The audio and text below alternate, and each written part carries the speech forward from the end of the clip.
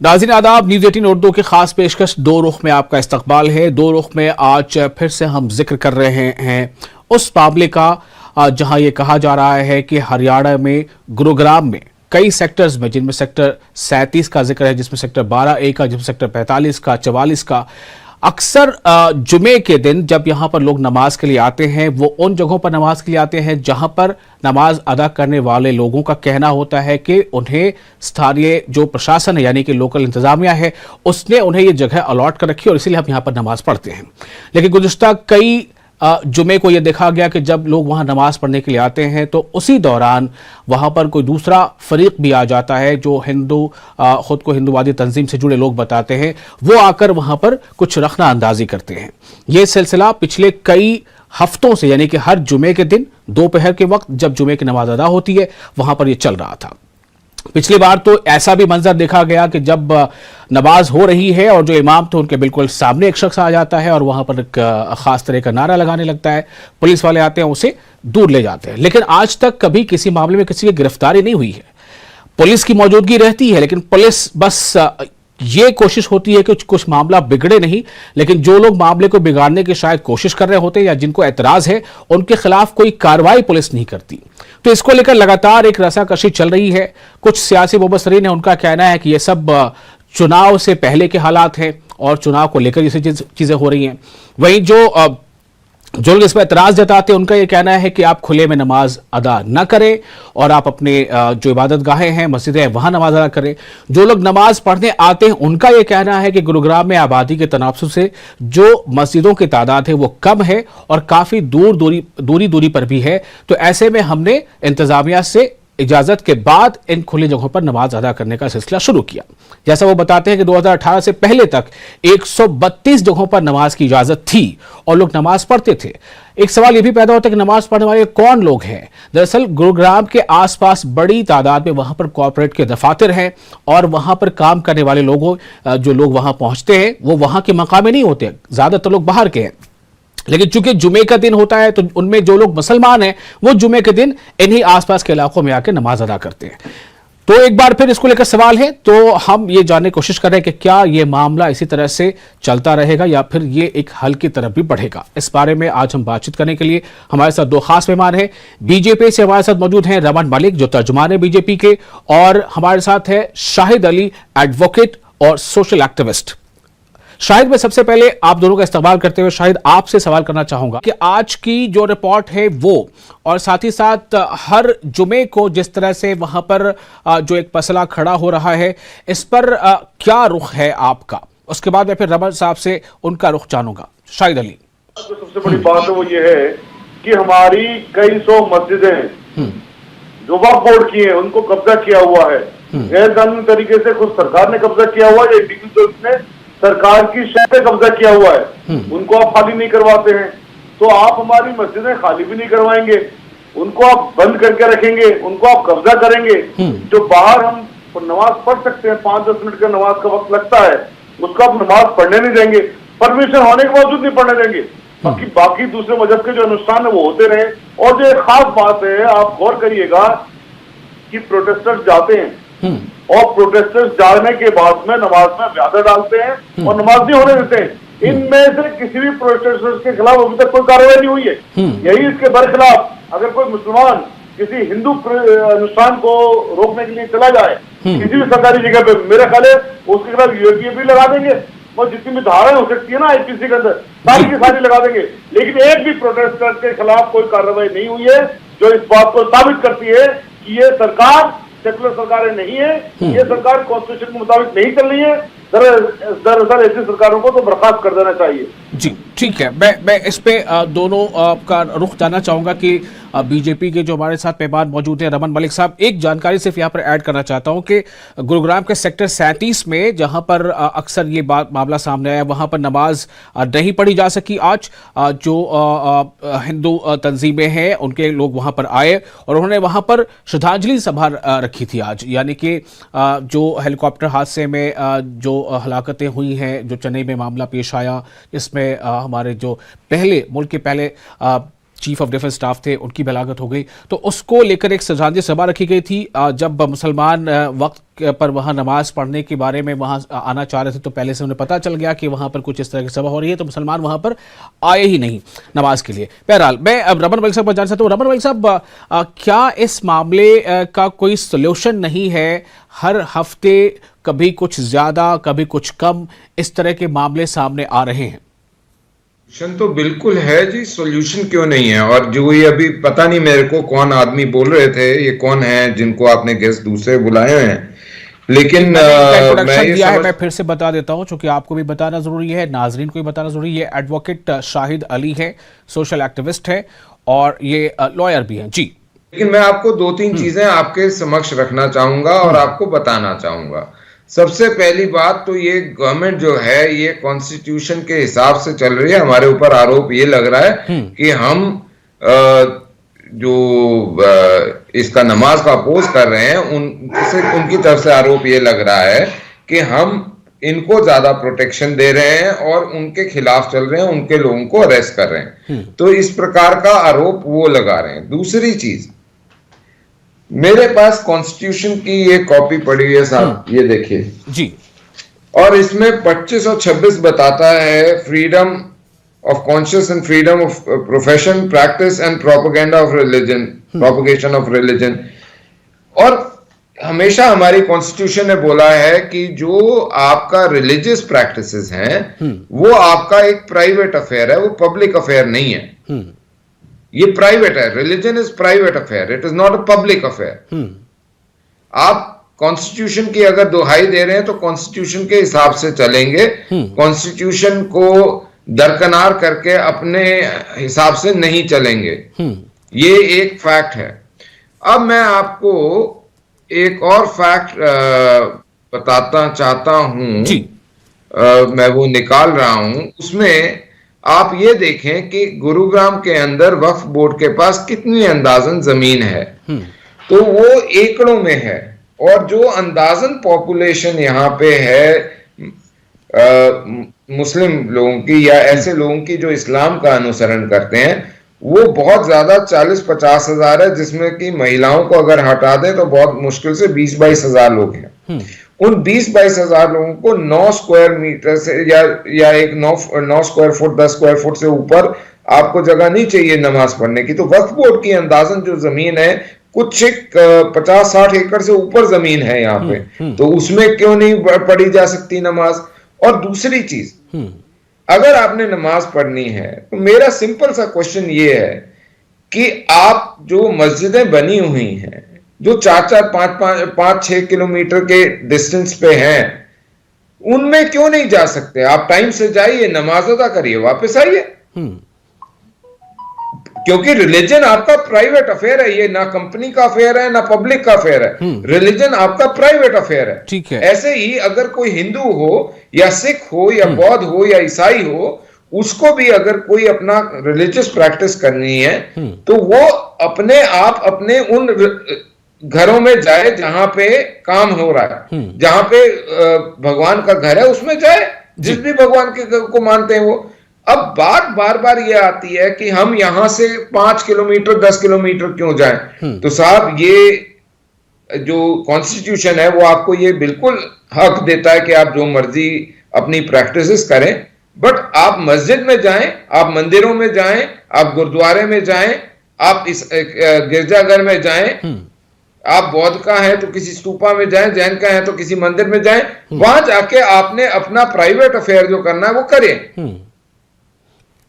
ठीक है, तो ये आपने ये अपना रुख अभी जाहिर किया है और मुझे लगता है कि इस सवाल का ये जो आप वजह बता रहे हैं, इस पर शाहिद अली साहब ने जो बोला है, एडवोकेट है शाहिद अली आपको इसका जवाब दे रहा है जो रमन मलिक साहब कह रहे हैं कि religious is a private affair, तो हम इसे या जो हमारे रिलीजियस अरकान हैं वो हम उस धर्मस्थल के अंदर ही कैंपस में ही क्यों ना कर लें? इसका क्या जवाब है आपके पास? से पूछे कांवड़ सेवा को बंद करवाएंगे ये लोग, पूरी का पूरा खत्म कर देते हैं, रास्ते बंद कर देते हैं। इससे पूछिए सड़क पे जो आरती होती है कब बंद करवाएंगे? इससे पूछिए मंदिर के बाहर लगातार जो भीड़ें लगती हैं हजारों की तादाद में, वो कब बंद करवाएंगे? अभी मंगल को हनुमान मंदिर के बाहर भीड़ें लगेंगी, सड़क बंद होंगी, वो कब बंद करवाएंगे? इसे पूछे जरा सा। और ये अचानक इलेक्शन के बाद आवाज क्लियर नहीं है, मैं हर एक का जवाब दूंगा। देश आज पैदा हुआ है क्या? इस देश को तो पैदा हुए 1947 में देश पैदा हो गया। फिर आखिर ऐसी क्या वजह है कि इनको आज ये सारी चीजें याद आ रही है? हम कब कह रहे हैं कि हम खुले में नमाज पढ़ना चाहते हैं? हम नहीं चाहते खुले में नमाज पढ़ना। हमारी मस्जिदें कब आजाद करेंगे आप? जो आपने कब्जे कर रखी है, आपकी सरकार ने कब्जे कर रखी है, वो क्यों नहीं आप आजाद करते? आप हमारी मस्जिदों में हमें नमाज नहीं पढ़ने देंगे। आप हम बाहर नमाज पढ़ते हैं, उसमें भी आपको आफत होगी। हम तो आपके किसी अनुष्ठान को मना नहीं करते। आप जितने भी अनुष्ठान करना चाहते हैं करते हैं, बल्कि हम तो उनके लिए पानी की सब्जी लगाते हैं, हम तो उनके लिए खाने का बंदोबस्त करते हैं, हम तो तमाम चीजें करते हैं, करते रहेंगे। ये जो चंद लोग हैं, जो चंद लोग नफरत फैलाने वाले लोग हैं, क्या इनसे देश बदल जाएगा? किसी हालत में नहीं बदलेगा। ये चंद लोग हैं, इन लोगों के खिलाफ कार्रवाई होनी चाहिए। और जो लोग इन लोगों के फेवर में बोलते हैं, उनके खिलाफ भी कार्रवाई होनी चाहिए। मेरे ख्याल है इन लोगों को तो यूएपीए के तहत इनके खिलाफ कार्रवाई होनी चाहिए, क्योंकि यही देश, यही लोग हैं। लेकिन शायद साहब एक बात जो रमन मलिक साहब कह रहे हैं, रमन मलिक साहब ने साफ तौर से अभी कहा, आपने भी सुना होगा कि कॉन्स्टिट्यूशनली यही कहा गया है, चाहे वो कोई भी धर्म हो और किसी भी धर्म के अनुसरण करने वाले या उस पर उससे अपने अकीदे को जोड़ने वाले लोग, उनके लिए यही तय है कि वो अपने अपने रिलीजियस जो प्लेसेस हैं उसके अंदर, उस कैंपस में रहकर अपनी चीजों को या अपने अरकान को, अपने आस्था को पूरा करें, वहां पर जाकर वो करें। तो इस पे आपका क्या जवाब है? आप ये इसलिए कह रहे हैं कि दूसरे अगर रोड पे करते हैं तो हम भी करेंगे क्या? इस तरह से आप इसे सही साबित करना चाहते हैं? मैंने ये नहीं कहा। पहली बात तो ये है कि अगर ऐसा है तो फिर उनकी भी बंद करवाइए। इक्वलिटी सभी के लिए है ना इस देश में। जब सब लोग बराबर के नागरिक हैं तो फिर हिंदुओं के लिए ज्यादा थोड़ी ना हो जाएगा कोई भी चीज। ठीक है, मैं इसका जवाब रमन मलिक साहब से ले लेता हूँ। इसका जवाब बार बार कह रहा हूँ, हमारी मस्जिदें क्यों नहीं आजाद करते भाई? ठीक है जी, इसका जवाब पढ़ना चाहती हूँ सड़कों पर, इसका जवाब ले लेता हूं। लेकिन एक सवाल यहां पर और रमन मलिक साहब ने कहा है कि जो आबादी गुरुग्राम में है, जो लगातार जो वहां के मकामी वो जो आबादी है, उनके आबादी के हिसाब से बहुत कम जगह में भी नमाज हो सकती है, तो ज्यादा जमीनें अलॉट क्यों चाहिए? इसको आप कैसे इसका काउंटर करेंगे शाहिद अली? ये देखिए, पहले 132 जगह पर नमाज होती थी। 132 जगह से घटते घटते घटते घटते 32 रह गई, फिर 22 रह गई, फिर वो उससे भी कम कर दी गई। अब तो आप सीधे सीधे बात ये कहना चाहते हैं कि साहब आप नमाज ही नहीं पढ़ सकते, तो और कितनी कम नमाज के लिए जगह चाहिए बताइए? रमन मलिक साहब पास जा रहा हूं।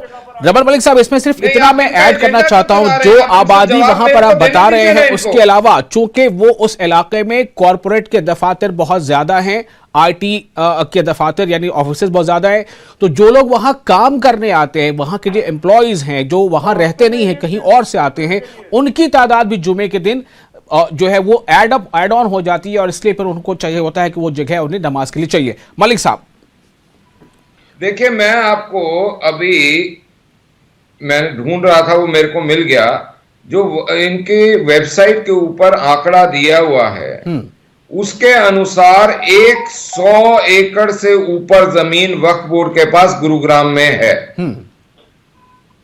100 एकड़ साहब, छोटी जगह नहीं है, 100 एकड़ से ऊपर है। अब मैं ये सवाल जो रखता हूं कि ये बार बार जो बोल रहे हैं, मैं इनसे पूछना चाहूंगा कि ये जो 100 एकड़ है, इसमें नमाज क्यों नहीं पढ़ी जा सकती? जितनी मर्जी दूर हो, अगर आपने अपने रिलीजियस प्रैक्टिसेस करनी है तो दीज आर स्पेशल केसेस। नहीं, लेकिन ये एक सवाल यहाँ तो ये भी उठा रहे हैं ना कि बहुत सारी मसाजिद वक्फ के अंदर आने वाली बहुत सारी मस्जिदें, उसका कैंपस वो बंद पड़ा है, उस पे किसी न किसी तरह का कोई कब्जा है, तो उसे खोल दिया जाए ताकि हम खुले में नमाज न पढ़े। ये शायद सब जवाब दे रहे, आप सुन नहीं पा रहे थे शायद, इसलिए मैंने कहा। मैं आपको ये चीज बता रहा हूं, एक तो कोई भी मस्जिद अगर ऑक्यूपाइड है किसी और ने, तो उनको पुलिस कंप्लेन करनी चाहिए, प्रशासन उसमें काम करेगा जी, केस करना चाहिए, प्रशासन काम करेगा जी। कोई ऐसा नहीं होगा कि किसी का ऑक्यूपेशन ना हटाया जाए, इलीगल ऑक्यूपेशन अगर है। दूसरी चीज, जो वक्फ बोर्ड के लोगों ने चीजें किराए पे चढ़ाई हुई हैं, उनको हटवाओ, उनके लिए क्यों नहीं आवाज लगाते? चौथी चीज, जो ये बार बार ये बोल रहे हैं हिंदुओं की प्रैक्टिसेस, हिंदुओं की प्रैक्टिसेस, कोई भी प्रैक्टिस ऐसी नहीं है जो रेगुलर बेसिस पे हर हफ्ते एक नियमित समय पे नियमित जगह पे बार बार होती है। जो भी अगर कोई रोड पे अनुष्ठान या जो भी रोड के ऊपर कोई निकलता है, कोई प्रभात फेरी निकली, कोई प्रदर्शन निकला या कोई जुलूस निकला, उसके लिए प्रॉपर पहले इजाजत ली जाती है, उसके बाद करा जाता है, और वो एक वन टाइम अफेयर है, वो हर रोज का नहीं है। और अगर मंदिर के बाहर किसी ने प्लेटफॉर्म पे फुटपाथ के ऊपर कोई प्रसाद की दुकान लगाई हुई है, कोई कुछ है, या ग्रीन बेल्ट में लगाई हुई है, वो पब्लिक कन्वीनियंस के लिए उसको बंद करते हैं और उस रोड को ऑक्यूपाई नहीं करने देते हैं। तो ये जो फजूल की बातें ये दे रहे हैं ना, इनको इसका जवाब अपने आप देना चाहिए। बिल्कुल, जवाब लेता हूं मैं इससे। उकसाने शाहिद वाली साहब, बातें इसका क्यों जवाब करते हैं? दीजिए। सर, कांवड़ पूरे 15 दिन चलता है, 15 दिन, और साल के अंदर 15 दिन 2 बार होता है साल के अंदर, जो पूरी सड़कें बंद कर दी जाती हैं, पूरे 3-4 प्रदेश बंद कर दिए जाते हैं, पूरा आवागमन बंद हो जाता है। गलत बोल रहे हैं। तो उससे लोगों को परेशानी नहीं होती। हाईवे नमाज से 5 मिनट लगते हैं, 10 मिनट लगते हैं एक हफ्ते के अंदर, पुलिस और का कोई इंतजाम होता है, उसमें सड़कें जाम नहीं होती। खुले में पढ़ने का नहीं मतलब होती, है सर। कि जो पार्क, ये जो जगहें एबंडन पड़ी हुई हैं, जहां पे कुछ भी नहीं हो रहा है, वहां पर नमाज पढ़ने के लिए जाते हैं, जिससे कोई भी पब्लिक ट्रांसपोर्ट डिस्टर्ब नहीं होता जरा सा भी।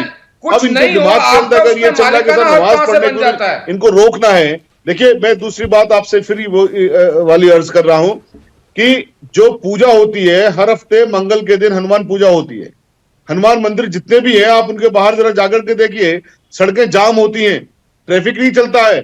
ये हर हफ्ते का इनका कार्यक्रम है, चूंकि इन्होंने नमाज के बदले में कुछ ना कुछ ऐसा करना है कि हम भी ऐसा करें। अभी हमारे पास कोई चीज अगर बेस्ट है, इनके पास नहीं है, तो इसमें हमारी गलती थोड़ी नहीं है।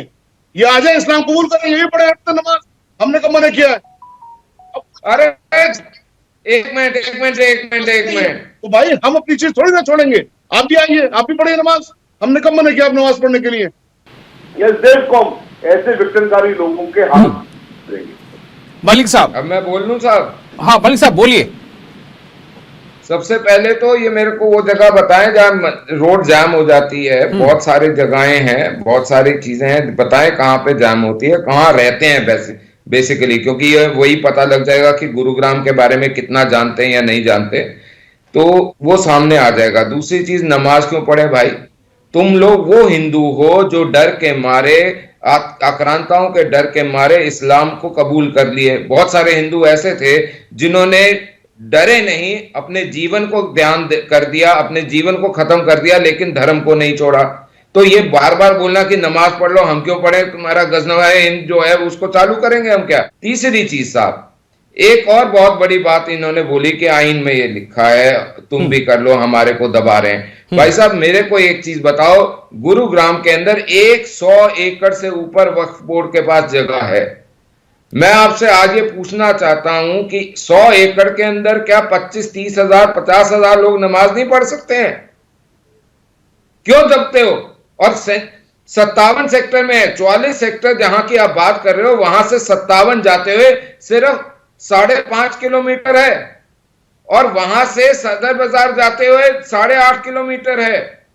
तो आप मेरे को यह बताइए, ये जो चाहना, ये अपीजमेंट की जो आदत पड़ गई है ना आप लोगों को, कि हमारे घर के सामने ही नमाज पढ़ने की जगह बननी चाहिए, क्यों बननी चाहिए साहब?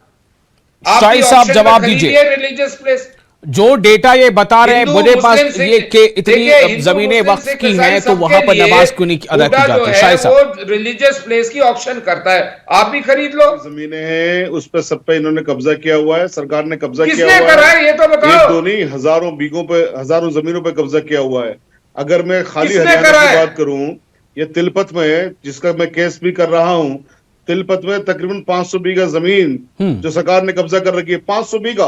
500 बीघा में एक पूरे का पूरा आप शहर बसा लीजिए, ठीक है। इस तरह से हरियाणा में बहुत सारी मस्जिदें, कब्रिस्तान, वक्फ की जमीनें, हजारों हजार बीघा, लाखों बीघा कब्जा कर रखी है सरकार ने।